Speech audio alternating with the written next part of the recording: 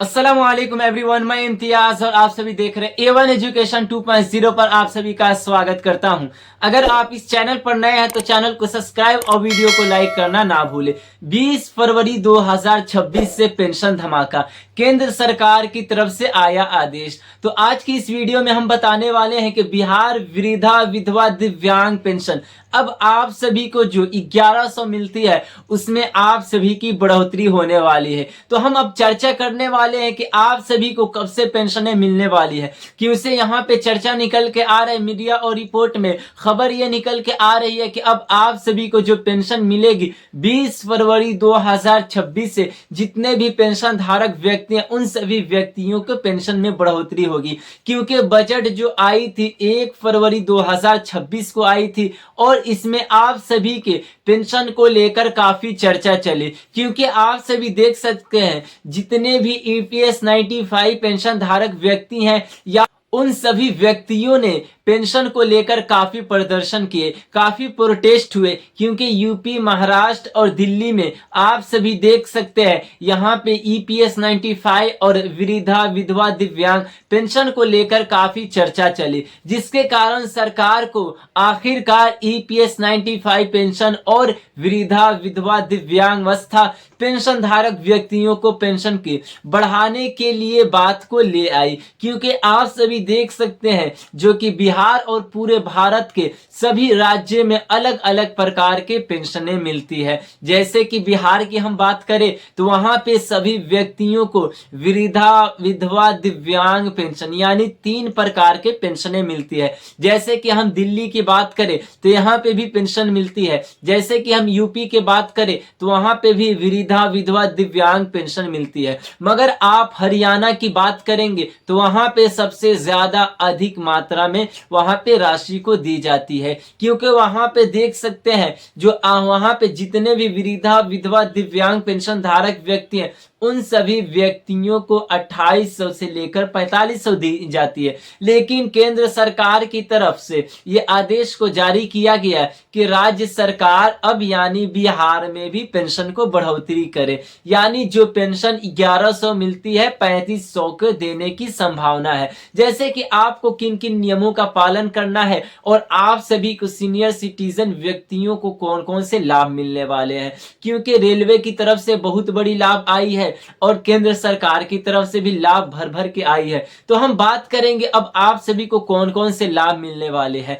यानी 20 फरवरी से और आपको कौन से लाभ मिलेंगे। क्योंकि 1 मार्च 2026 से आधार कार्ड पे भी बड़े अपडेट आए हैं, जिसको लेकर काफी लोग परेशान हैं कि हम अपने आधार को कैसे अपडेट करवाएं। तो हम अब बात करेंगे आधार कार्ड से लेकर यानी आप सभी के वृद्धावस्था पेंशन को। सबसे पहले हम बात करते हैं कि आप सभी की जो पेंशन यानी सीता निर्मला जी के तरफ से क्या आदेश को जारी किया गया। तो उन्होंने ये साफ साफ कहा कि हमारे तरफ से यानी बजट जब पास हुई है तो उसमें आप सभी के 500 पेंशन बढ़ोतरी को लेकर बात कही। यानी जो आप सभी के 1100 पेंशनें मिलती है उसमें उन्होंने सिर्फ 500 कहा था। मगर यहाँ पे प्रोटेस्ट हो रहा है कि हमारी पेंशन 2500 से 3500 होना चाहिए, जिसके कारण सभी लोग प्रदर्शन कर रहे हैं कि हमारी पेंशन बढ़ा दिया जाए, हमारी पेंशन में बढ़ोतरी हो। यानी यहाँ पे ईपीएस 95 पेंशन वाले भी प्रदर्शन कर रहे हैं और वृद्धावस्था वाले भी यहाँ पे प्रोटेस्ट किए जा रहे हैं, जिसके कारण सरकार को आखिरकार इस पे बात और चर्चा करना ही पड़ा। तो अब आप सभी के कितनी पेंशन मिलने वाली है तो हम बात करते हैं। जैसे कि आप सभी को जो भी प्रकार की पेंशनें मिलती है तो आपको किन नियमों का पालन करना होगा। जैसे कि सबसे पहले वही पात्र व्यक्ति हैं जिनकी आयु 60 से अधिक है, यानी अगर आप सीनियर सिटीजन के श्रेणी में आते हैं, जैसे कि आपकी आयु अगर 60 से अधिक है तो आपके पास सीनियर सिटीजन कार्ड होना चाहिए। क्योंकि सरकार का कहना है कि जिस व्यक्ति के पास सीनियर सिटीजन कार्ड होगी उन सभी व्यक्तियों को 7000 प्रति माह उन्हें भेजा जाएगा। जैसे कि सीनियर सिटीजन कार्ड से उसमें आपकी आयु 65 से लेकर 69 साल तक होना चाहिए, जब भी आपको 7000 के लाभ मिलेंगे। और जो जिनकी आयु 60 से अधिक है उन्हें जितनी पेंशनें मिलती है उसमें अब बढ़ोतरी होगी। जैसे कि आप सभी को 3500 पेंशन मिलने वाली है। तो हम अब बात करते हैं कि एक एक करके आप सभी को कौन से लाभ मिलने वाले हैं। हैं और रेलवे की तरफ से क्या आदेश को जारी किया गया, क्योंकि रेलवे की तरफ से ये छूट आई है कि जितने भी बुजुर्ग व्यक्ति हैं, जितने भी सीनियर सिटीजन के श्रेणी में आते हैं, उनके टिकटों में छूट, उनके परिवहन में छूट। तो अब हम बात करते हैं कि अब आप सभी को परिवहन में क्या क्या लाभ मिलने वाले हैं, क्योंकि आप सभी देख सकते हैं परिवहन में यानी काफी बदलाव हुई है। अगर आप रेलवे से यात्रा करते हैं या फिर बस यात्रा करते हैं या फिर हवाई जहाज से यात्रा करते हैं तो वहां पे भी आप सभी को छूट मिलने वाली है, क्योंकि वहां पे एक एमपी अभी कुछ दिनों सदन में पहले इस बात पे, इस मुद्दे पे उन्होंने सवाल उठाया था कि रेलवे यात्रा हो या फिर बस यात्रा हो या फिर हवाई जहाज की सफर हो, यानी बुजुर्गों की इसमें छूट मिलनी चाहिए, जिसके कारण उन सदन में यानी एमपी की आवाज को सरकार सुनी और एयरपोर्ट पे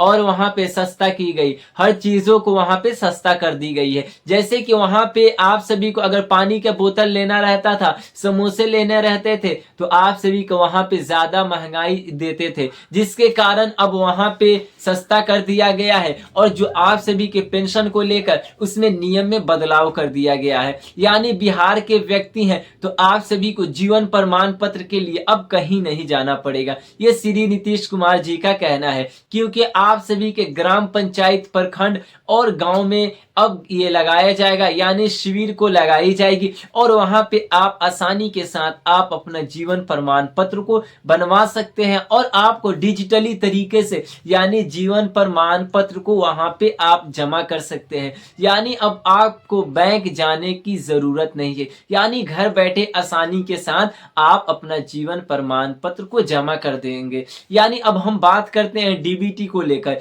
यानी कितने व्यक्तियों के काफी 2-3-4 महीने से पेंशन राशि रुकी हुई है, तो अब आपको क्या करना है। जैसे कि काफी लोगों का मैसेज आया कि हमारा 2 महीने से पेंशन नहीं आया तो हमारा 4 महीने से, इसके रीजन ये है कि आप सभी का डीबीटी ई-केवाईसी फेल्ड होना। जैसे कि सरकार ने ये साफ साफ आदेश को जारी कर दिया कि जिस व्यक्ति की डीबीटी ई-केवाईसी फेल्ड है उनके 2-3 महीने बकाया पेंशन रह जाएगी, यानी सरकार जब वहां से पैसे भेजेगी तो आप सभी के बैंक तक वो राशि नहीं पहुंच पाएगी, क्योंकि आप सभी का डीबीटी फेल है। तो आपको डीबीटी जाकर चेक करा लेना है और ई-केवाईसी करवा लेना है, क्योंकि आरबीआई ने साफ साफ ये आदेश को जारी किया कि 1 मार्च 2026 तक सभी बुजुर्ग व्यक्ति यानी जितने भी पेंशन धारक व्यक्ति हैं उन सभी व्यक्तियों को अपना ई-केवाईसी करवा लेना अनिवार्य होगा। अगर आप ई-केवाईसी नहीं करवाते हैं तो इस हाल में आप सभी के पेंशन आने में रुकावट हो सकती है, रुकावट बन सकती है। तो इसीलिए आपको ई-केवाईसी 1 मार्च 2026 तक करा लेना है। जैसे कि अब हम बात करेंगे, आपके जीवन प्रमाण पत्र भी जमा हो गए, आपके ई-केवाईसी और डीबीटी भी कंप्लीट हो गए, मगर सरकार अब डिजिटली तरीके से आप सभी के सारे डॉक्यूमेंट और आपकी जांच करेगी। यानी सरकार का कहना है कि आप सभी के डिजिटल तरीके से सारे दस्तावेज जांच करेंगे। इसमें अगर आप फर्जी तरीके से अपनी आयु बढ़ाकर पेंशन का लाभ उठाएंगे तो आप सभी को पेंशन प्लस रिकवरी दोनों करना होगा, ये सरकार का कथन है। अब हम बात करते हैं विधवा महिलाएं जिनको पेंशन मिलती है, क्योंकि सरकार का कहना है कि जो भी महिलाएं विधवा है वो पेंशन का लाभ उठा सकती है, मगर पूर्ण विवाहित महिलाएं वो पेंशन अपना बंद करवा ले, क्योंकि इस पे सख्त आदेश को जारी किया गया और ये नोटिस में लिखा गया कि अगर आप पेंशन लेते पकड़े जाएंगे तो आपको पेंशन प्लस रिकवरी दोनों करना होगा। यानी अब आपको सतर्क रहना पड़ेगा, जितने भी महिलाएं हैं और जितने भी बुजुर्ग व्यक्ति हैं, अगर आप फर्जी तरीके से आयु बढ़ाकर पेंशन का लाभ लेंगे तो आप सभी के पेंशन भी बंद हो जाएगी और आपको पेंशन प्लस रिकवरी भी करना होगा। तो आप सभी को जो पेंशन बढ़ने वाली है, अब आप सभी को फरवरी के लास्ट महीने से आप सभी के पेंशन को बढ़ा दिया जाएगा। तो 1 मार्च 2026 यानी मार्च के महीने में जो आप सभी की पेंशन राशि आएगी उसमें आप सभी को बढ़ा कर दिया जाएगा। यानी जो आपकी राशि आती है 1 से लेकर 5 तारीख तक या फिर 5 से लेकर 10 के बीच में आती है, और जिन व्यक्तियों का लेट आता है उनका डीबीटी, ई केवाईसी और आपका जीवन प्रमाण पत्र जमा नहीं होने की वजह से 1-2 महीने से पेंशन बकाया चल रहा है। तो आप सभी को जल्द से जल्द इन नियमों का पालन करना है और आपको रेलवे की तरफ से, रेल मंत्रालय की तरफ से भी आपको टिकटों पे ज्यादा छूट मिली है। तो ये थी आज की काफी महत्वपूर्ण वीडियो। अगर कोई डाउट रह जाए तो जरूर कमेंट करें और आपके राज्य में कितनी पेंशन मिलती है हमें जरूर कमेंट करके बताएं।